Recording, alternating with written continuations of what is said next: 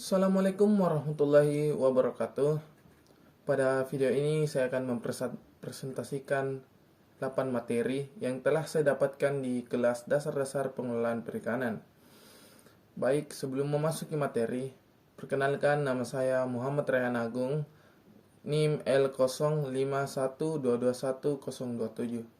Baik, selanjutnya kita masuk pada materi yang pertama, yaitu pengelolaan perikanan. Pengelolaan perikanan adalah serangkaian kegiatan atau upaya yang dilakukan untuk menjaga, memanfaatkan, dan mengelola sumber daya ikan secara berkelanjutan. Tujuan utama dari pengelolaan perikanan adalah untuk memastikan bahwa populasi ikan dan ekosistem yang terkait tetap sehat dan lestari sambil juga memenuhi kebutuhan masyarakat akan hasil tangkapan ikan.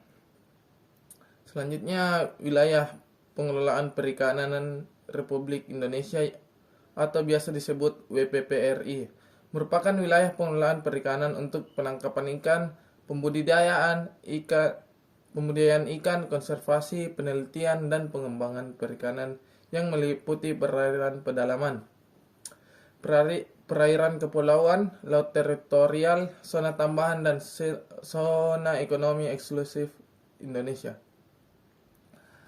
Selanjutnya masuk pada materi ketiga, alga.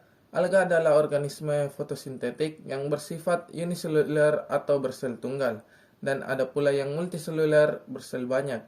Pada pigmen fotosintetik seperti klorofil dan fikosianin serta dapat ditemukan di air tawar dan laut. Berdasarkan ukurannya, alga dibedakan atas mikroalga dan makroalga.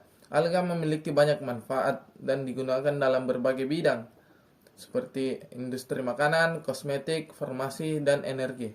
Contoh manfaat alga adalah sebagai sumber bahan baku agar-agar, karagenan, dan pikosianin, penghasil oksigen, dan penyeimbang ekosistem, serta sebagai bahan bakar alternatif melalui produksi biodiesel.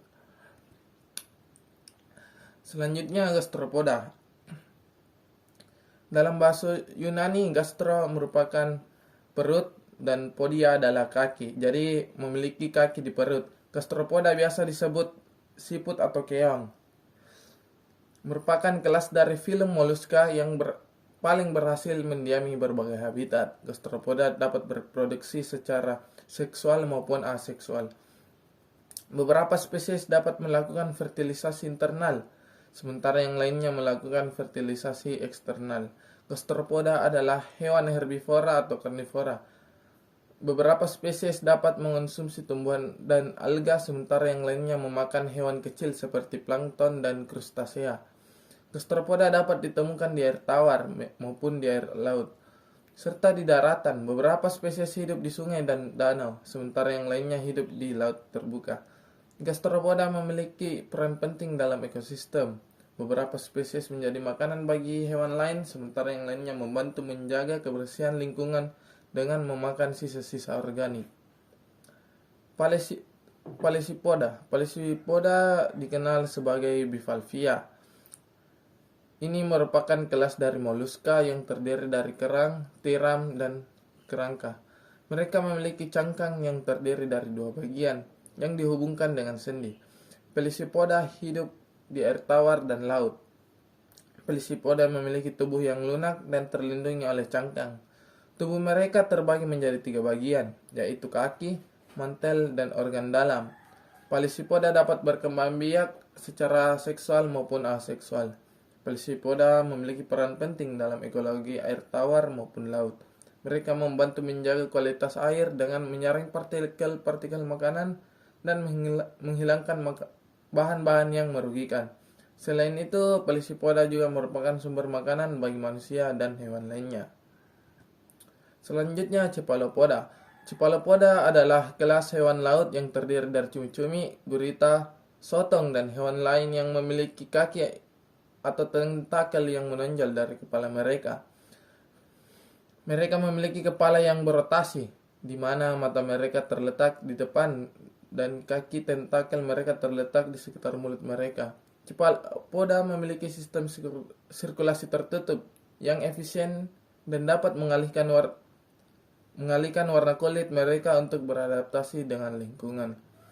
Mereka berkembang biak secara seksual dan memiliki banyak strategi reproduksi, dari yang mencakup kawin hingga bertelur. Cephalopoda memiliki peran penting dalam ekologi laut sebagai predator aktif dan sumber makanan bagi banyak spesies laut lainnya.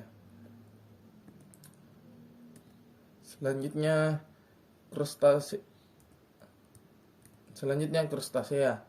Krustasea adalah sebuah kelas hewan dalam film Arthropoda yang terdiri dari sekitar 67.000 spesies hewan laut atau air tawar, seperti kepiting, lobster, udang, krill, dan ratusan spesies lainnya.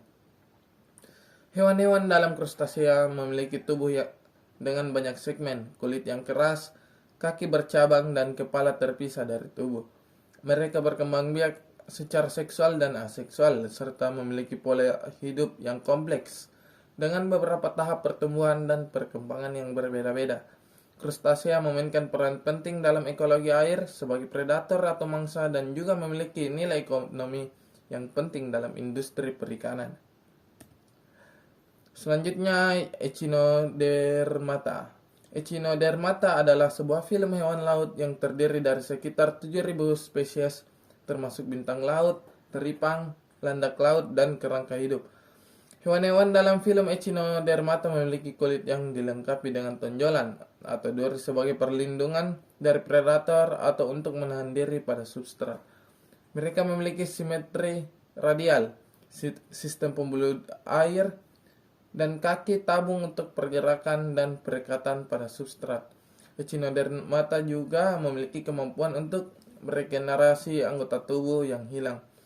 Beberapa spesies Echinodermata memiliki nilai ekonomi penting sebagai makanan dan obat tradisional, sementara spesies lainnya berperan penting dalam ekosistem laut. Baik, mungkin itu saja yang dapat saya jelaskan. Lebih dan kurangnya mohon dimaafkan. Wabillahi taufiq wal hidayah. Wassalamualaikum warahmatullahi wabarakatuh.